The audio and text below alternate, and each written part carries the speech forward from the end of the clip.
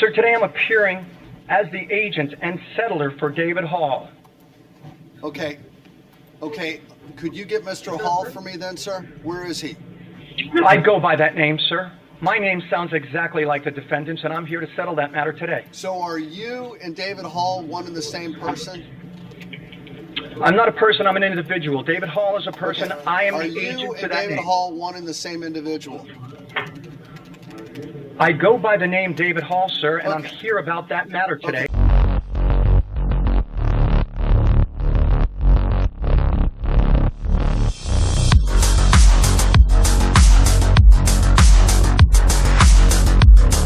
It seems like you would be into this stuff back in the day a little bit. Yeah, for sure. We're talking about the sovereign citizen movement here. Yeah, so I initially wanted to do this segment because I feel a particular kinship with these kind of people. Sure. With like the libertarian kinds and what I thought the sovereign citizens were not what I thought that they are. Not what I thought they were. I figured they were just libertarians with balls, I guess is the best way to put it. They were, rightly or wrongly, and more often than not wrongly, they were just kind of standing behind their convictions, and they were trying to live by how they think they should live. And I very quickly found out that that's not what sovereign citizens are, and that's not what they believe. They're not standing up. They're not standing up to the man for the in support of the little guy. Well, I thought that there were maybe some like of big government. There was some kind of archaic legal loopholes or older understandings of certain legal passages that they were trying to capitalize on that maybe would have worked once or maybe had some significance, but yeah, I don't. There's essentially nothing behind it. It's well, let's not get too far into it. I want to play the opening clip here first. Okay, so I have to warn you, the audio's very bad here. They're right on the freeway. But this is pretty indicative of the entire movement, in my opinion. I don't know that much about it, but seems fair. All right, what you need help with? Well, days ago, my RV was stolen from a lot off of Vaughn Street, across from Carter Field, next to the White Pump House. Okay. Is there a Superior here, actually? Well, we're all on level playing field, so which I'd like to speak with the Superior directly. Okay. All right, well, you're speaking to me right now, so what do you need help with? I would like to speak with the Superior directly, sir. I want to make sure my constitutional rights are respected through this whole process and ordeal. Okay, well, I'm here to protect your constitutional rights. That's what we're here for. Okay. Absolutely. Right. So who is the supervisor, though, just so I can direct my attention to the... Why do they have gloves on already? What are they about to do? I get nervous when the police start putting gloves on. Yeah, they're getting ready to check them for drugs in all the wrong places. proper channel of authority for my supervisor here. No supervisor. Okay. So, my primary residence and my primary dwelling, my sole domicile. It was taken. I love this guy. I immediately picked up the phone and called and filed a report for grand theft of South Boston Police Department, which Officer Perkins responded. He refused to provide any incident report or any investigation, any information regarding my RV and a call to be removed from private property. With that being said, I'm sorry, I'm a lawyer. I've been studying this whole weekend. Obviously. So if you'll just Yeah, me too, buddy. give me a moment to... It only takes a weekend and you're a lawyer. I want to read this little paper I wrote for you guys. I think that's enough. We get the gist, right? Yeah, we do. Yeah, so this is kind of one aspect, one small weird aspect of the sovereign citizen movement that come about. This whole, I guess, being confrontational and not even like setting out to be confrontational against authority figures. Sovereign citizens have this, they seem to go out of their way to be confrontational towards any representative of the government, any authority figure. That's what I'm used to seeing, yeah, is all the, like, the audit stuff, the super ultra cringe, like, barely knowing anything about the law, but then confronting the police with like your with their weird misunderstanding of certain parts of the law or certain passages in the Bill of Rights. Can we go to the explanation? This is a little piece that Vice did about the sovereign citizens. Kind of gives you some context into what the movement's about.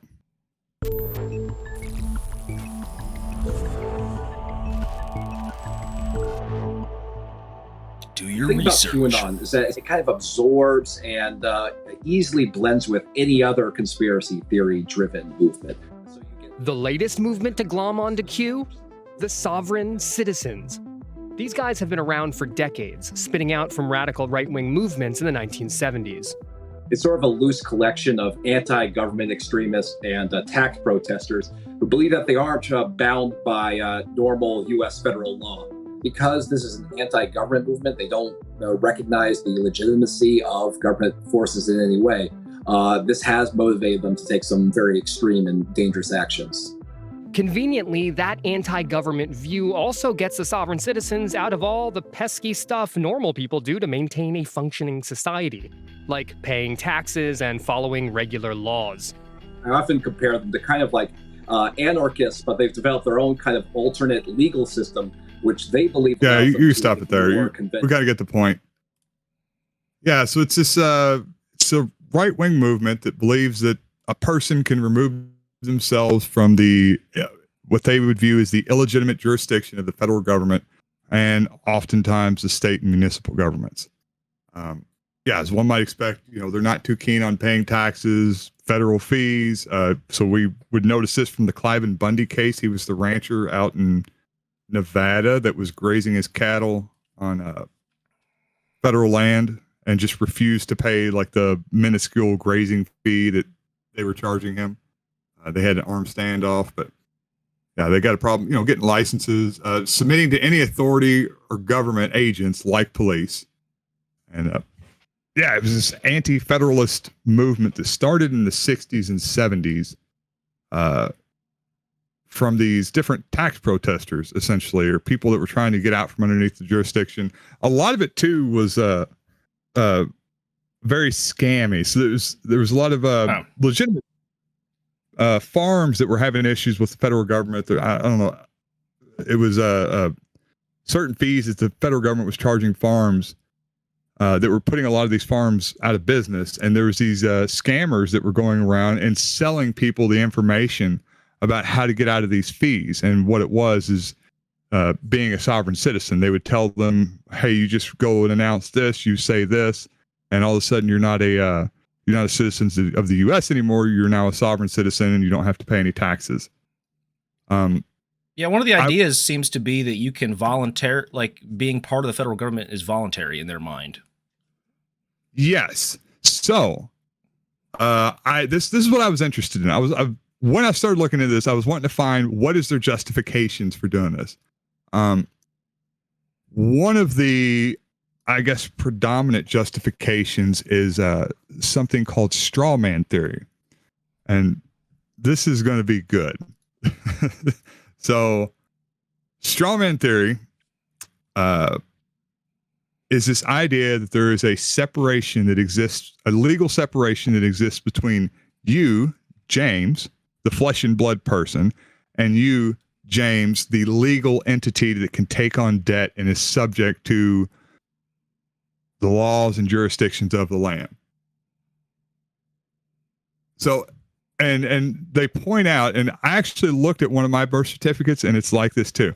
If you look at a birth certificate, your name, or some birth certificates, your name will be listed on there twice.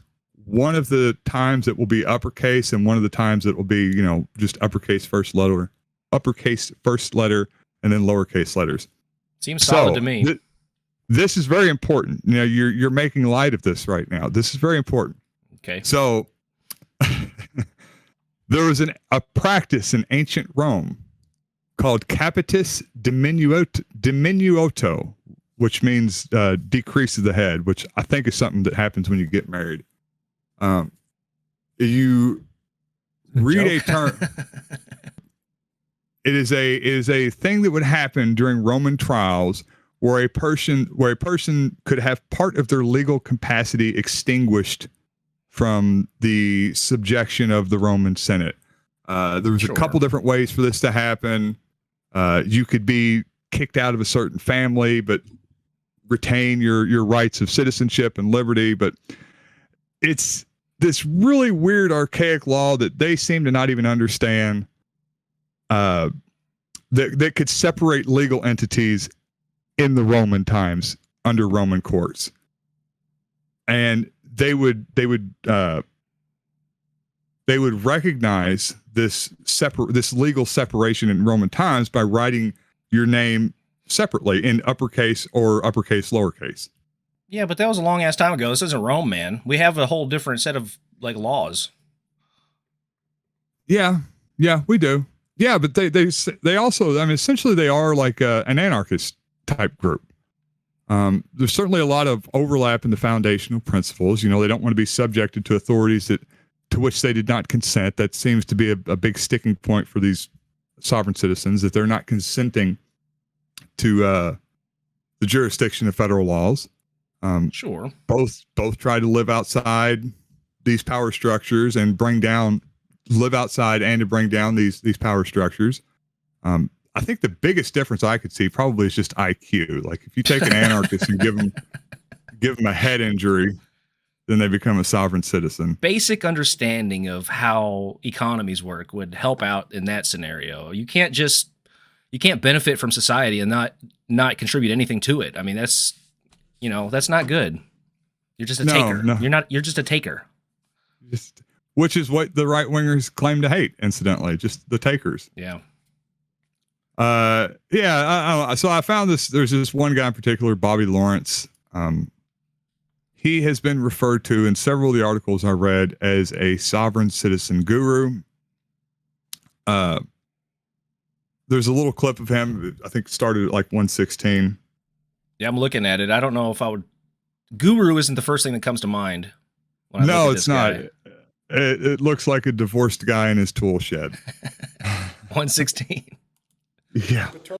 Okay. Incidentally, James, you'll soon gonna find out this guy really needs an editor. So, maybe you can hook up with him and do some work. I know you do good editing work.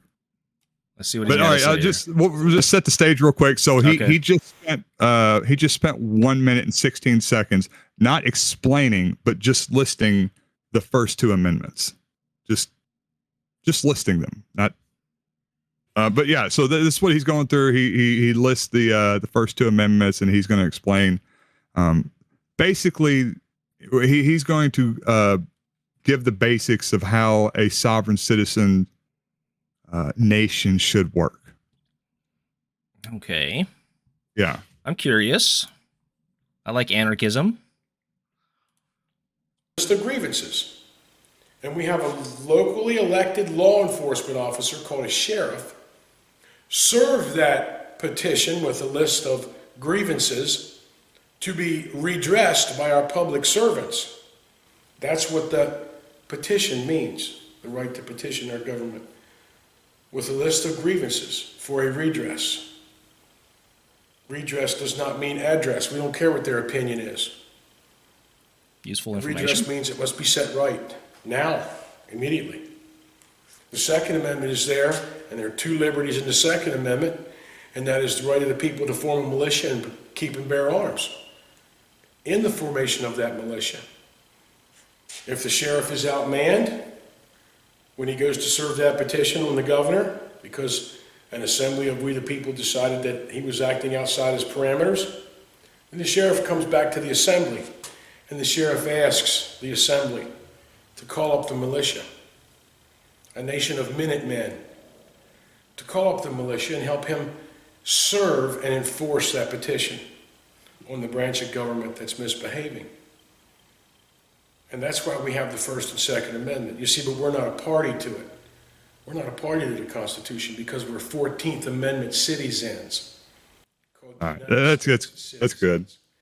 He's saying that basically government should be done on the local level.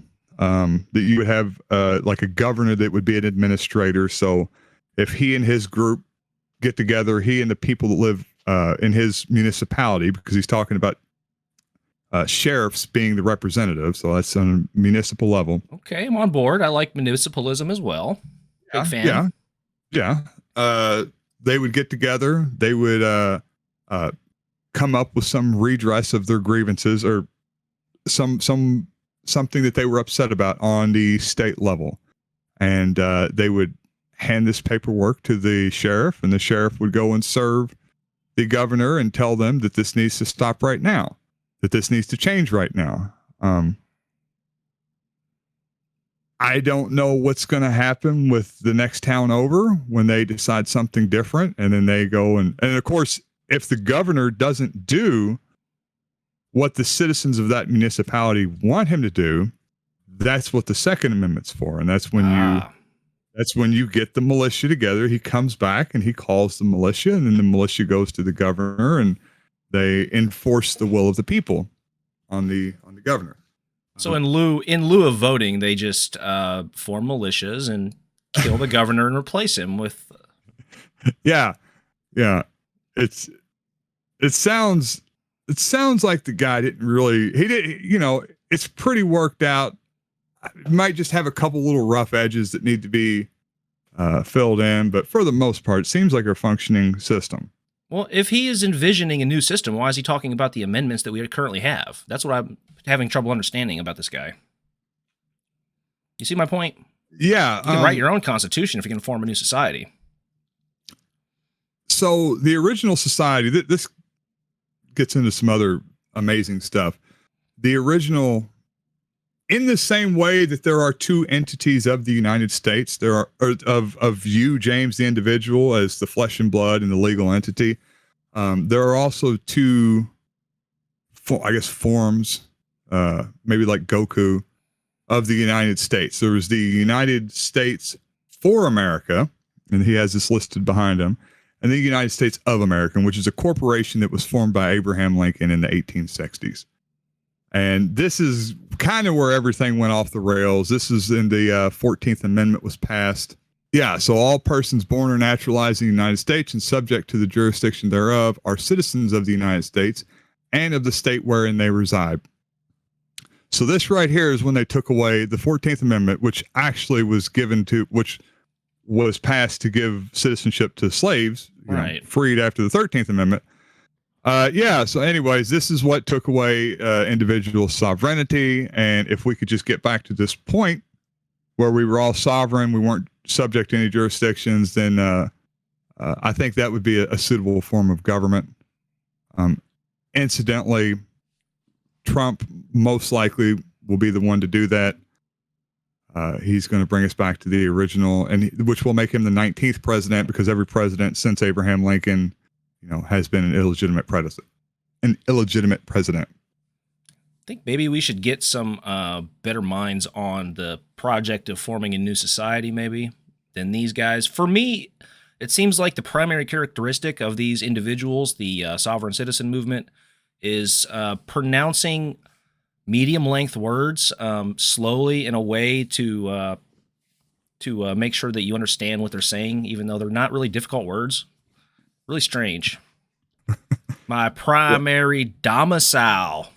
Oh my gosh. That guy's my favorite. Reminds me of that episode of Breaking Bad where they're getting ready to crush the crystal ship, the camper. They're going to have the guy that works at the junkyard crush it, and Hank shows up to get rid of it, because I guess Hank figured out about the camper, and he shows up and he's trying to get in there, and the guy comes out and he's like, "That's a domicile." He's like, "I don't see nobody living in it." He's like, "We don't have to, it's set in park." Oh, anyways, it was just I was really interested, like I said, to find this out. I didn't know who sovereign citizens were aside from, essentially right wingers that didn't like the government. I knew about Clive and Bundy. I knew about the auditing stuff. Well, wasn't Waco this sort of thing too? Because they weren't the Waco guys not paying taxes, and that's why the feds came after them? If I recall correctly. There was some to do with that. Waco was also, there were certain gun charges, and then there was underage marriage. Yeah, stockpiling and underage marriages. The Southern Poverty Law Center also lists sovereign citizens as a hate group, a terrorist group. I believe it was the FBI lists the sovereign citizens as the most dangerous domestic terror group. The most dangerous to like the public intellect, or they don't seem most violent. Dangerous. No, they definitely are. There was actually some that killed a couple cops back in 2011. Really? I didn't. Yeah, I didn't pull up all the information. I'd kind of read over it. Well, I have a story about this. The first political sort of inroads into my life was made by these people. When the early days of the internet, in a chat room, not even AOL. Before AOL, this was an old ass chat room.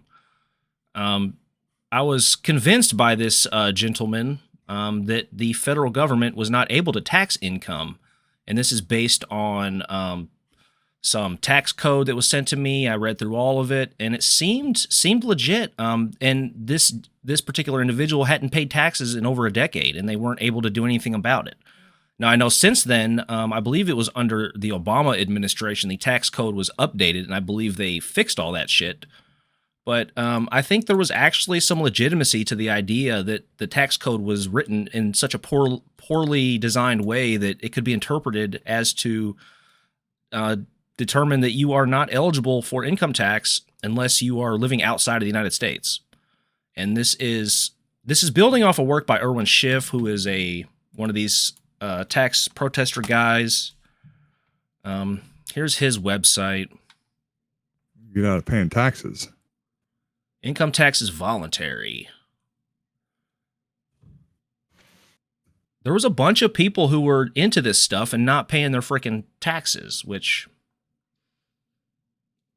Wesley Snipes.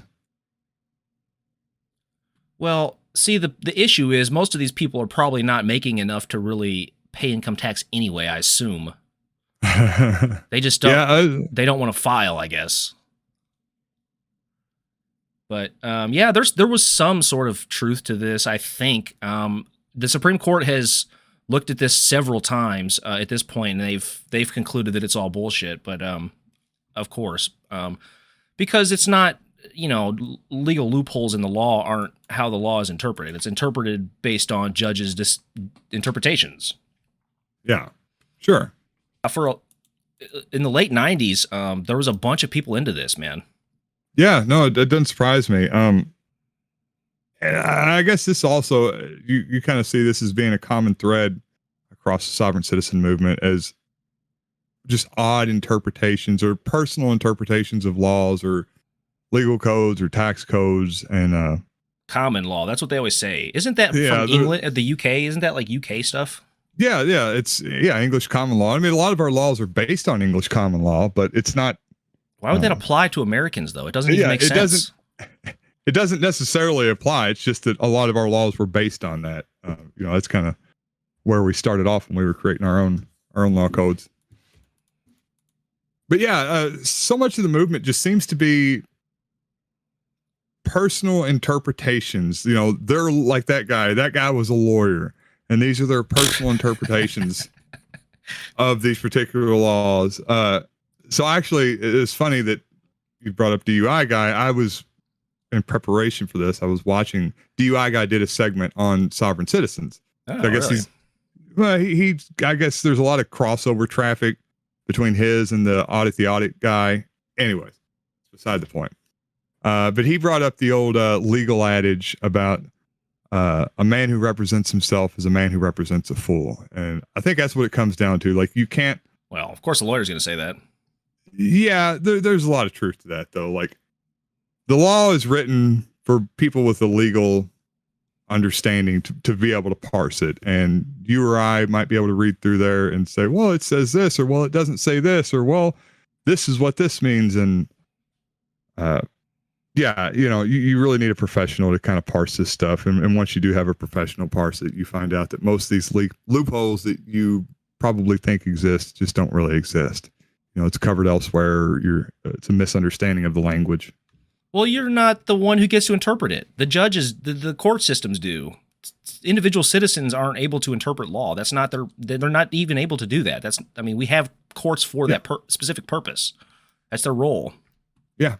That's the job. You can't just be like, oh, I read it, see cop, and look, it says I'm not in trouble. I wish that worked, man. It says right here. Well, actually. Well, actually.